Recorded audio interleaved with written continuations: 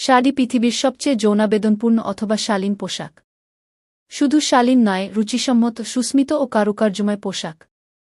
আধুনিক শাড়ি পরায় নারীর উঁচু-নিচু ঢেউগুলো এমন অনবদ্যভাবে ফুটে ওঠে, যা নারীকে করে তোলে একই সঙ্গে রমণীয় ও অপরূপ। শাড়ি তার রূপের শরীরে বইয়ে দেয় এক অলৌকিক বিদ্যুৎ হিল্লোল।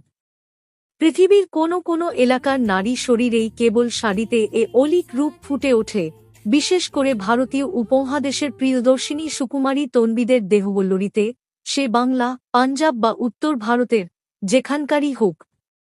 শাড়ি একটা রহস্যময় পোশাক। নারী দেহকে কতটা প্রদর্শন করলে আর কতটা অপ্রকাশিত রাখলে তা শারীরিক মোহ বজায় রেখেও দর্শকের চোখে অনিন্দ্য হয়ে উঠবে, তা পোশাকটি যেন সহজাতভাবেই জানে। আমার মনে হয় এরকম একটা অপরূপ পোশাককে ঝেঁটিয়ে বিদায় করে বাঙালি মেয়েরা সুবুদ্ধির পরিচয় দেয়নি।